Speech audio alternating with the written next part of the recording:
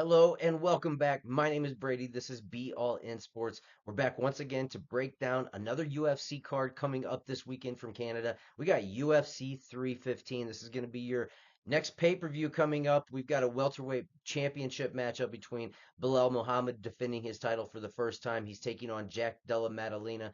That one should be a great contest. Then we also have a women's flyweight matchup going between Valentina Shevchenko and Manon Fiorot. That one should be good as well. Valentina just came off getting her title back from Alexa Grasso, who also is on this card as well. So we're going to have some interesting fights to break down. Stick with me. But first off, let me just say we had a huge night at the pay window last night. Corey Sandhagen ended up getting it done by he ended up winning the match. He was controlling the whole thing all the way through. Unfortunately, Davidson Figueiredo did have an injury in the second round that ended it early. I would have loved to see how Sandhagen got the finish in that one because I think he was on his way to finishing that one. He was in full control and he was putting a beating on Figgy. So I think that was a well-deserved win. I'm interested to see where he goes from here, who he's going to be taking on next. I think he definitely deserves to get that title shot at some point. So we'll see how this next fight plays out between Merab Dvalishvili and Sean O'Malley to see who maybe Sandhagen can jump in there on that next fight, the next title defense for Merab. And I would hope that he does at least get a crack at it. But I'm a big Corey Sandhagen fan, so we'll see how that one plays out. We have some championship matchups coming up in UFC 315. But like I said, we cashed big. I think we went up about 15 units last night. So I'm happy about that. We put some money in the bank. We are on to UFC 315. This should be a great card, but stick with me. Let's get into it. First fight on the card. First matchup on this card is a featherweight matchup between Daniel Santos and Jiang Yong Lee. I'm pretty interested to see this matchup. Daniel Santos is going to be coming back. He's had some scheduling issues with his recent fights getting canceled on him due to either him having to pull out or his opponent having to pull out. So maybe we will finally get to see him return back to the octagon.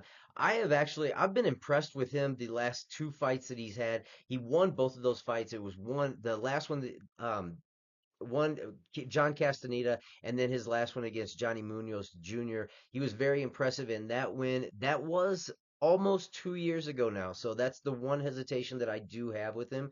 On the other hand, you have Zhang Yong Lee, who he's coming off that Road to Contender series. I always question what the acumen is of those fighters when they actually come in. Sometimes the competition that they face is a little skeptical when they are going through that tournament.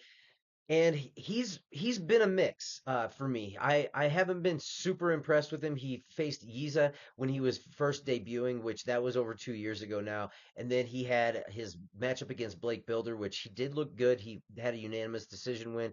But then he was also finished in his last matchup against Hyder Emil. In this matchup, I feel like Daniel Santos is going to be my pick because of the aggression factor. I think that even though he's going to be a little bit undersized, I see him getting him up against the cage in the later rounds, and I think that he is going to end up going for the finish. I don't think there's going to be a finish in this one, but I think Santos is good enough to avoid takedowns. The one hesitation that I have on Santos is the fact that sometimes he gets a little bit um, too over aggressive and it leads to him making mistakes, and I could see that being the one detrimental factor to this, and him getting taken down and possibly controlled, because he does play that bottom control game too. If he is in that bottom control position, he doesn't mind being there. He's from shoot to box, so I'm looking for the aggression. I'm looking for the fact that he knows how to take care of himself on the ground, and I think that he's going to get this one done. I'm going to go long, though. I think this one goes to decision. I'm going Daniel Santos to get the win. Next fight we have in the light heavyweight division, Modestas Bukauskas taking on Juan Cutelaba. I'm picking Modestas Bukauskas in this fight. I think that he is going to be the fighter that has more control in the octagon. I think he's got a higher IQ, even though I have kind of been impressed with Cutelaba here lately due to the fact that he is using a little bit more of his wrestling pressure to keep the match where he needs it and to play to his strengths. But he still can gas later on in fights, and I think that that is going to play in a factor here. He's going to be slightly undersized in this matchup to Bukaskas, and Bukaskas likes to kick. He likes to use the advantage that he has as far as the striking department goes. And Kutalaba, not saying he's a bad striker, he just gets a little wild at times, and he sometimes will play the game where he is hurt, and then he'll let you come in acting like you are gonna finish, and he kind of plays it off, was never hurt, and just resumes. It's one of those like sneak tactics, and I that's that kind of stuff. Teamed along with, I just don't think he has a high fight IQ. It's more the wild man streak. If he can get you out of there in the first round, and then he is likely the successor. But in this fight, I don't think he's going to have success getting it where he needs it to go, which that striking department, I think he's going to be undersized.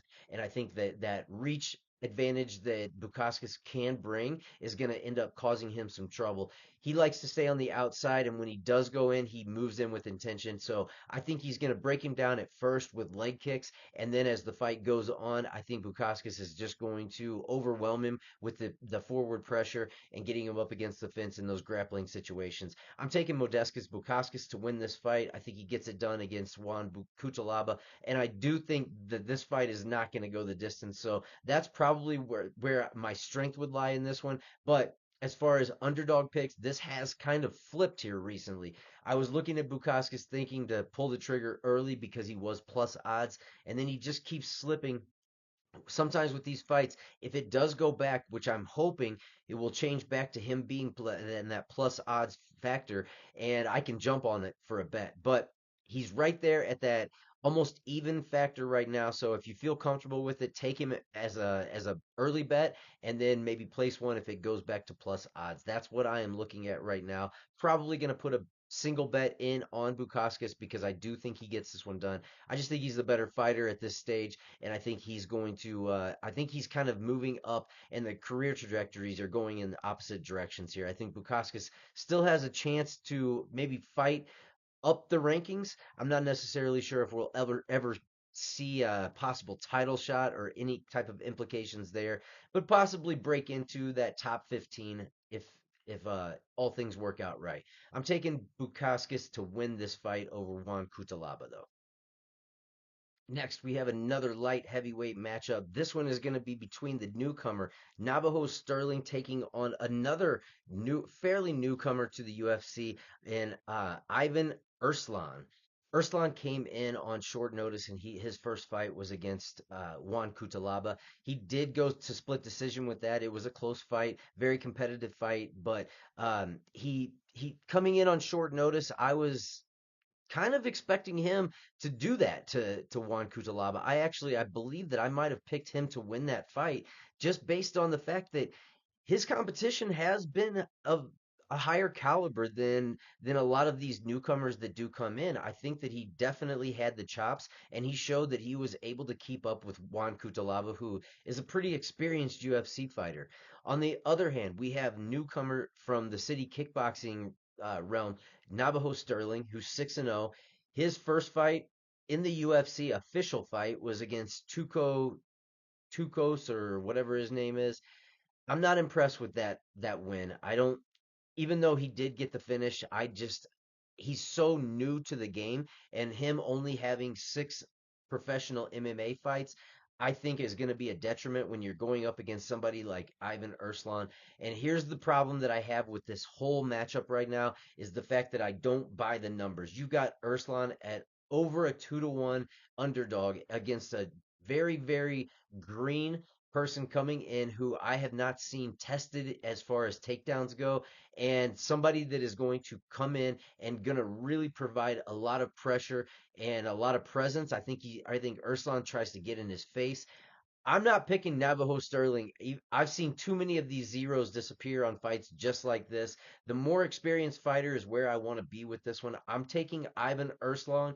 He is going to be my underdog pick here. I think you're getting great odds. I'm going to put a bet in on Erslan. I think at plus two, believe it was plus 225. The one thing that I'm hesitating on, I think more people are going to still continue to hit.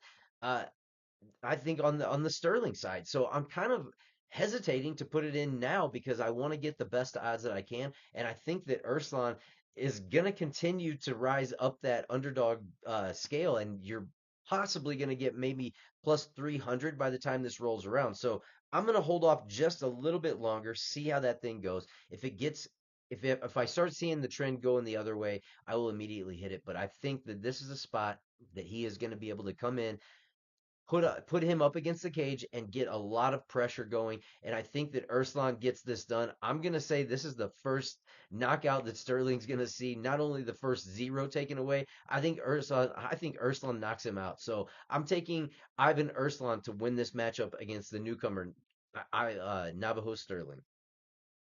If we haven't learned by now, I know I have. I am not gonna bet against Jasmine Jasdavicius ever again. So until she loses next, I'm not betting against the girl. She's taking on Jessica Andrade in this next matchup, and I'm full on. I'm gonna tell you right now, I'm taking Jasmine Jasdavicius in this matchup. I think she's gonna beat the overall better fighter. I think she'll get the takedowns when she wants them. I think in the striking department, she's not gonna be lacking. Jessica Andrade is getting a little older. Her game is to come in and put you up against the fence and put you in pressure situations. I don't think she's going to be successful in that. She is susceptible to the takedown, and I think that Jazz Vicious is just going to be too much for her in the takedown. This is one of my most confident picks on the entire card. I was so confident in this pick that I was going to fold it over and have Corey Sandhagen in it from this week and then continue on with a Jasmine Jasdavicius parlay because I feel so confident she's going to win this matchup. I think she's better everywhere this matchup goes. In the wrestling department, she's going to have her beat. In the striking department, I don't think if you can avoid the big shots from Andrade, you can avoid Andrade. So I think this is going to be a perfect setup for Jasdavicius to move up the rankings even more, to solidify a higher position, and I just maybe not solidify a higher position, but I think it's you're talking about a former champion that you will be beating, so your credibility is going to rise. I think Jazz Vicious gets this done. I'm highly confident that she's going to be able to avoid the damage that Andrade could bring to her. I don't see threats anywhere this could go. If she can avoid the big power punches from Andrade, she's got this in the bag. Jasmine Jasdavicius is my most confident pick for this entire card, and I don't go with women's picks very much, but I'm very highly interested to see what Jasmine Jasdavicius produces next.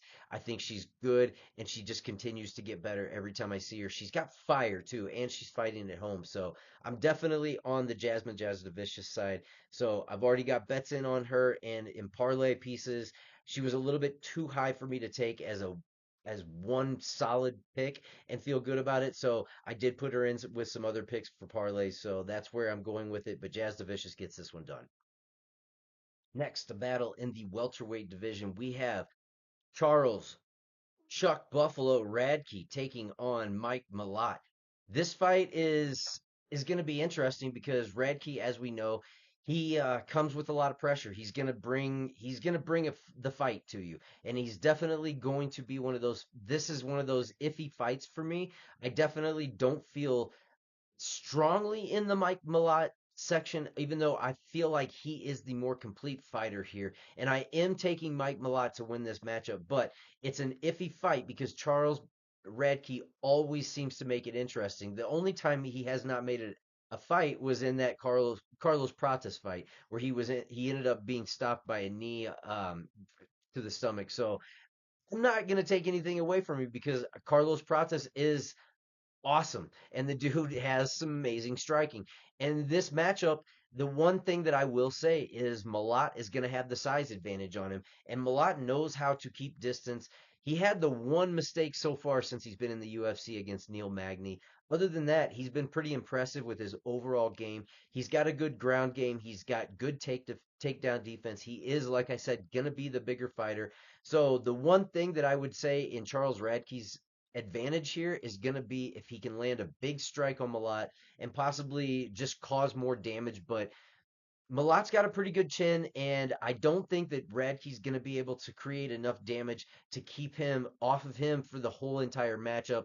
And Malat's got some pretty decent, slick striking. So I'm gonna I'm gonna go hesitatingly with Mike Malat. I don't think the odds reflect where I would like to see him with this one. I think even though Malat is the better fighter, in my opinion, the clearly better fighter, it's you. I don't think you can count out Charles Radke in any fight that he's been in so far.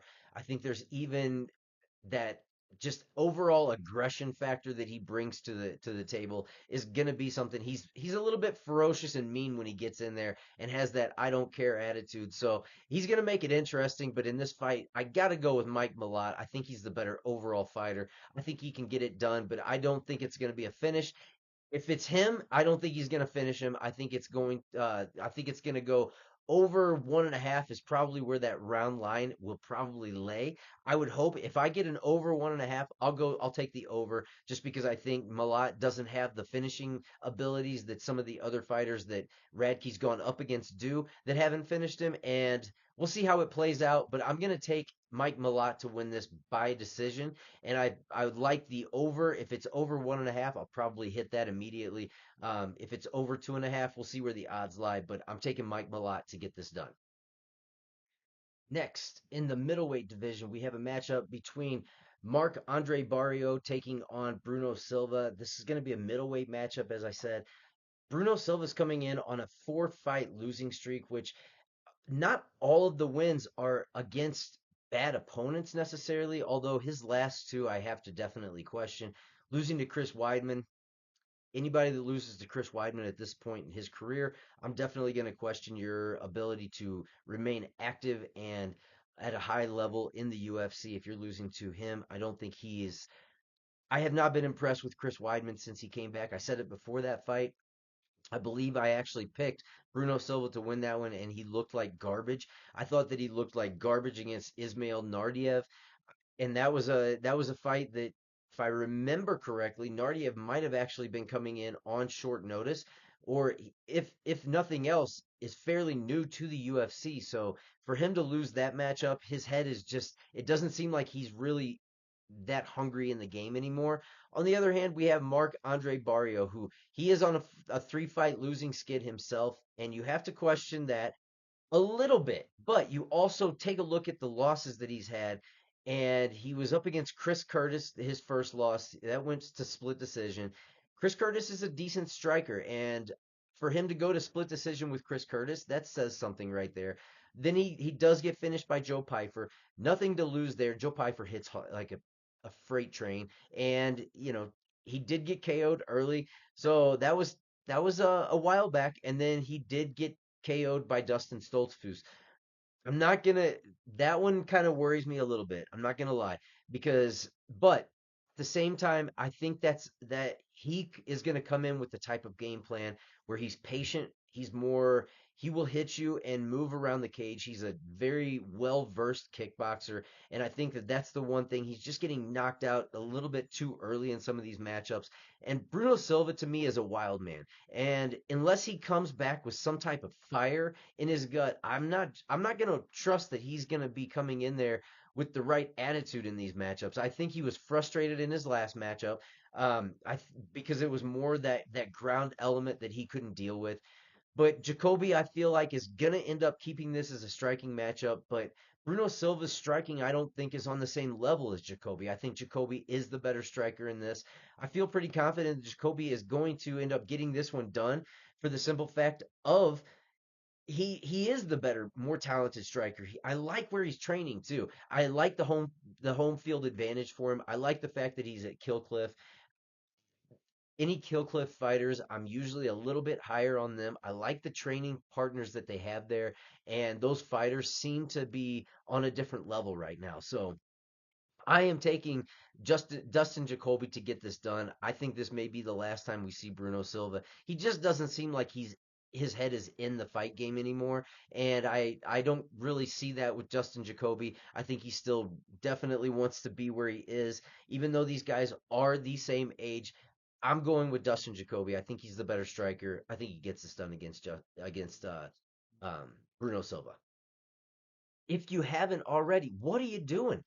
I'm killing it here lately. I'm giving you killer bets. I'm giving you all kinds of good stuff to put out there and to make your weekend successful on fight night. You should be following if you're not. Hit the like and subscribe. Hit the notifications button so you know when I put out these videos. You can see what I'm doing.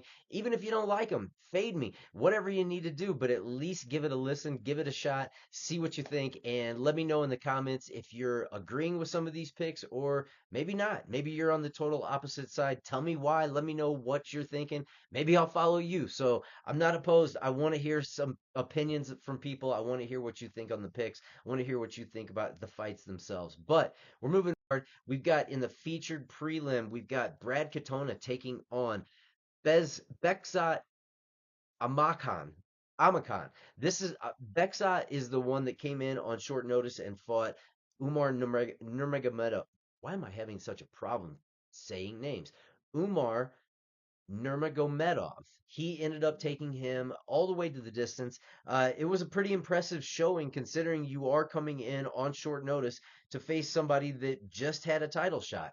Even though Umar did go the distance with him, I don't think it discredits him considering he was coming in on such short notice. He's coming from a different organization, obviously, but I'm pretty high on these Kazakhstan fighters right now. I think their game, they come in well rounded. He's gonna have a size and reach advantage in this one. Not much on the size, it's 5'7" to 5'6", but he is facing Brad Katona, who Brad Katona does train with SBG Ireland, which I'm always pretty high on that camp. He is the more experienced in the UFC. I'm not sure that even that one fight that Amo Khan had, you're talking about one of the highest level opponents you can get in that division in the UFC. And I can tell you right off just looking through the resume that he the one fighter that I'll compare that Katona has fought is Gene Matsumoto, and he took a loss. So I think it would be a very, very interesting matchup between Gene Matsumoto and Amulkan. So I'm in this matchup, I'm not using MMA math. I'm going on what I know about Amulkan. I know that he's got good takedown defense. I know that he is good in the striking department as well. And I think that Katona, even though he is impressive in his overall ability and his overall game, it's not anything that's very threatening, I don't think. He doesn't hit with a ton of power. He doesn't have a great takedown game there. So I don't think he's going to be able I don't think he's going to have advantages pretty much anywhere this matchup goes. I think Amokam is going to prove to be the better fighter, the better wrestling base. I think his striking is even going to be better. And of course he does have that 4-inch reach advantage to play with. So I think it's going to be an interesting matchup that I can see why it's that leading into the main card there. But I'm taking the newcomer to beat Brad Katona in this one. I think he is actually the slight favorite. So you're not as far as the odds go. Katona would be the side that you can sit with the odds because I don't think that he should be a 1.5 underdog, play there. But I can also see it, and I'll watch the odds, continue to monitor this, but I can see me putting in Amokam as a possible parlay piece later on as we get closer to fight week. But we'll stick with what we have for right now. But I'm taking Amokam to get this done. Katona is a tough out, and I look for this one to go long. Katona can take a punch, so I think it's going to go the distance. And in that case, you always have to wonder where the judges are going to lie, where they're going to sit. But I think that this is going to be one that Amokam is going to have some advantages on the ground and in the striking department. So I'm taking the newcomer Bexit Amokam to get this done. Next up, opening up the main card, a bantamweight matchup between the legend Jose Aldo taking on Ayman Zahabi. I'm not picking against Jose Aldo. Honestly, I think he's the better striker. His losses are not anything that scare me at all when it comes to his fighting. I know the age things that they say that he's not actually 38 years old, which is what he's listed at, and he's going up against Iman Zahabi, who is listed at 37 years old. He is from Canada. He does fight from that TriStar gym over there. So He's a high level fighter, but his competition in the UFC has obviously not been what Jose Aldo has faced in his competition level. Is off the charts. He's faced everybody. He is a obvious striking legend. Those leg kicks are something that are kind of renowned for his style, and I think that this is going to be a matchup. Even though he's got a lot of fights in, he's taken a lot of damage over his career. I think he is just going to be the better fighter. I think he puts out enough activity. I think he can avoid big damage shots. He's I don't think Zahabi is going to be too much of a threat as far as the striking level goes. And we know that Jose Aldo has amazing takedown defense. He's faced Merab Dvalishvili. Yes, he lost to Merab. Everybody has lost to Merab. You can't put anything past him there. The last fight that he did have against Mario Batista, it was a split decision, and I'm not sure that he didn't win that fight. So, again, I think that he's going to be I think he's still very, very capable striker. I think the takedown defense is still there. I don't think Zahabi is going to have the speed factor on him, even though he's Jose is just a little bit older and a little bit more long in the tooth in the fighting realm. I think he's still got the capabilities. I think the speed is still there. So I think he gets this done against Amon Zahabi. I've already got him in a parlay there, so I like him. I'm sticking with him. Jose's a legend, and he gets it done this week, upcoming weekend at UFC 315 again. Just now realizing I think I got a lot of favorites on this card, but it's okay because they're almost all slight favorites. Nobody is heavily favored on this card, it doesn't seem, even the ones that I would think should be a little bit more heavily favored. And I like cards like that. So either it's too early and people just don't have their bets in, or something's a little bit different on this one. So we may have some straight up bets, which I can definitely see that coming up anyway. So here we go. The next fight, we got a flyweight match. It's former champion Alexa Grasso taking on fairly newcomer to these upper rankings, coming in, Natalia Silva. I am high on Natalia Silva. I think she is a finisher in the division, which you don't necessarily always see. She is a highly capable striker. She's definitely got the ground game to match. I think that she's probably going to be one of these that we're going to see fighting for a title coming up. So this is, in my mind, very warranted matchup that she's going up against Alexa Grasso. Grasso is our former champion. She just had her last defeat, in her last matchup against Valentina Shevchenko, where she did lose the title back to her. Nothing, no shame in losing to Valentina Shevchenko. She's still one of the greatest to do it. We'll talk about her coming up, but I think that Natalia Silva. I think this is going to be the changing of the guard. Natalia Silva, I definitely love what I see out of her. I think that she is like I said, top-notch striker in this division. I think she's going to be the fighter that's going to be having the speed advantage in this one. Even though I do like Grasso, I like her ground game abilities. I like the team that she fights with. Diego Lopez, now with the championship experience himself, and Grasso having that champion level fighting experience, I think is going to play into it. But listen, this is a 3-round fight. And Natalia Silva is going to go out there and she's going to put volume out there. She's going to be what I think is the higher level striker in this matchup. So I get the odds why they're close. I get why we're sitting at a 2-1 favorite here for Natalia Silva. I think it's gonna get a little bit closer as we get closer to this fight. So I'm holding off on putting a ton of bets in. We'll see how this goes, but Natalia Silva she may end up going up as this gets closer to the fight, just because you can see it. If you watch the tape on Natalia Silva, she's a very high level striker, as I said, and she's got the ground game to match, but I don't think it's going to be one of those that necessarily gets too deep in that ground level. I think that Natalia Silva, I don't think this is going to be a finish, though. I think it's going to go long. Grasso can take some damage, and I think she will in this matchup. I am picking Natalia Silva to win this matchup. She was sitting at that 205. Now she's slightly gone further up in that minus 225 area. I hope it gets down maybe right under that minus 200. I would love to be able to put in a single bet, but I think she gets this done. I think she opened up at around a minus 215, and then it's kind of fluctuated from there. So we'll see how this line continues to track, but I'm taking Natalia Silva to beat former champion Alexa Grasso in this matchup. Here we go. We've come to the championship matchups. If you have not already, like I said, hit the like and subscribe. I put these out every week. Get your notifications. I'm trying to get these out as early as Sunday so that way you've got the full week to watch and digest. I'll try and put out some follow ups, some shorts coming out as well. But follow me. This is Be All in Sports once again, and we are to the championship matchups. We have a women's flyweight between Valentina Shevchenko, the newly crowned champion once again to the division, taking on the first time title challenger in the UFC, Manon Fiorot. I am taking Manon Fiorot to get this one done. I think that Valentina has all the capabilities, but I think that Furrow is going to be the one that's the more active striker at this point, and it's going to be a dogfight. This one is going to be extremely close all the way throughout. Shevchenko doesn't show the she's getting too old by any means, and she doesn't have a huge age advantage gap here. But I think that Furrow is going to be the hungrier fighter in this one.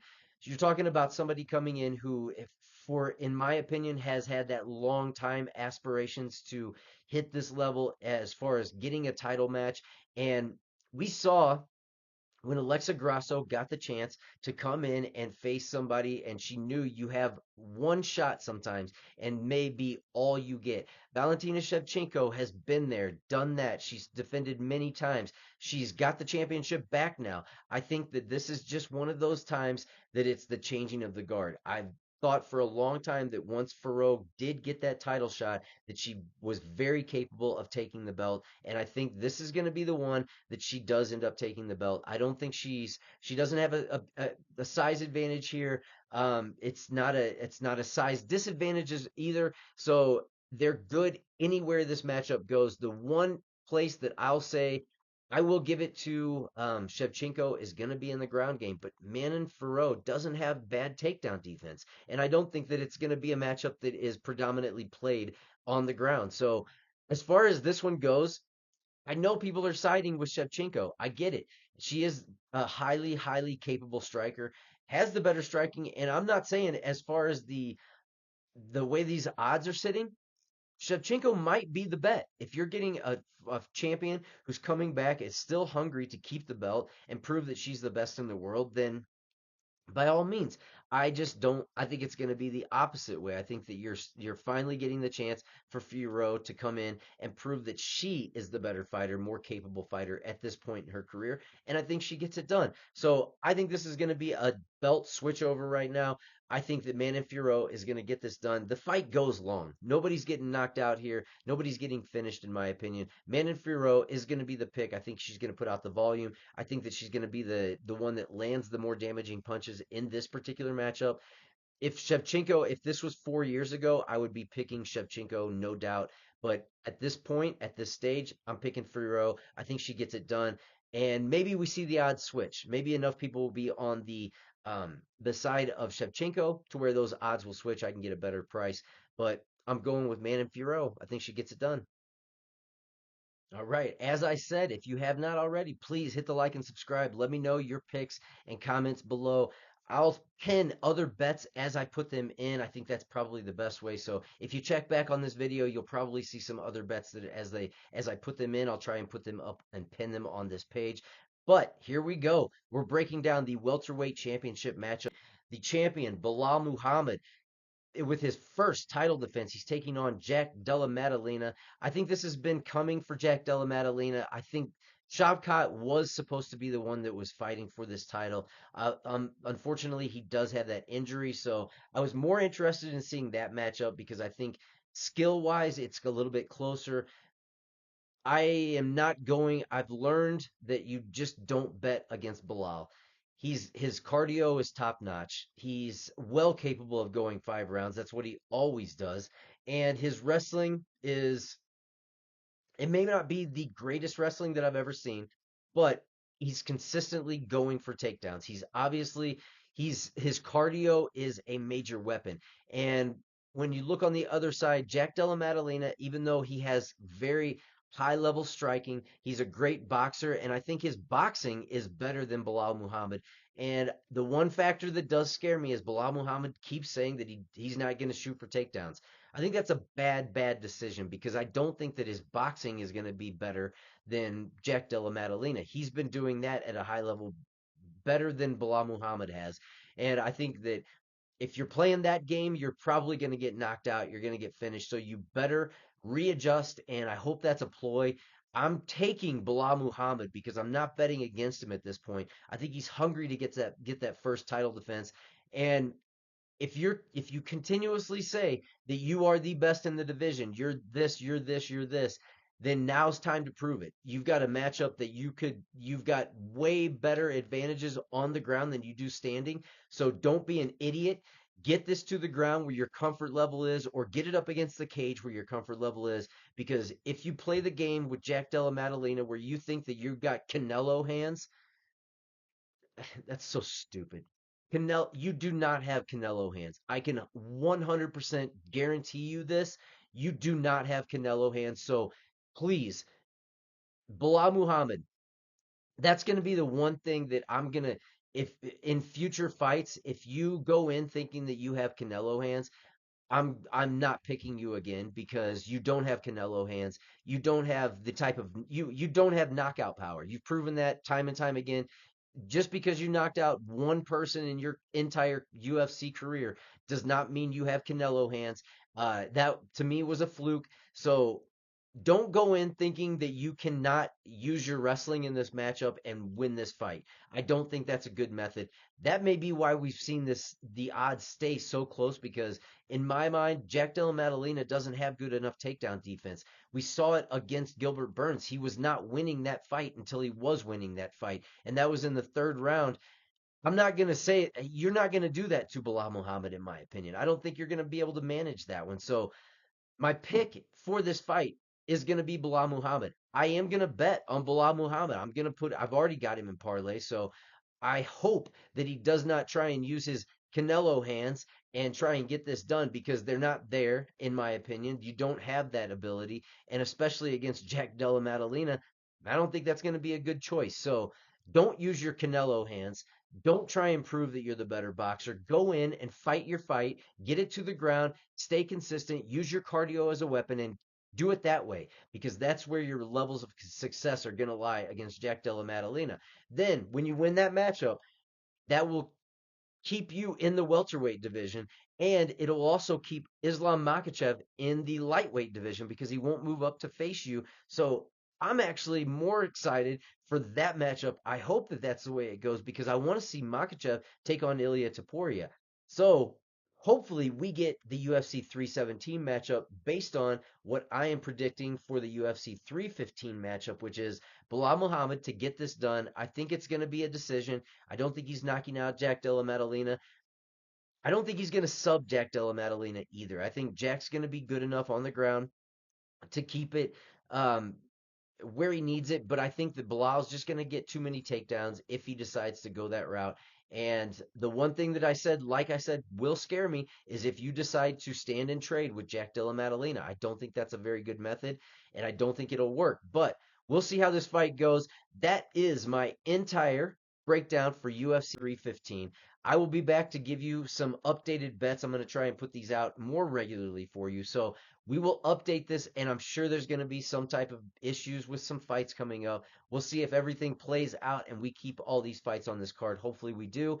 If not, I will see you soon. Enjoy the breakdown and hit the like and subscribe. I'll see you next time. Peace out.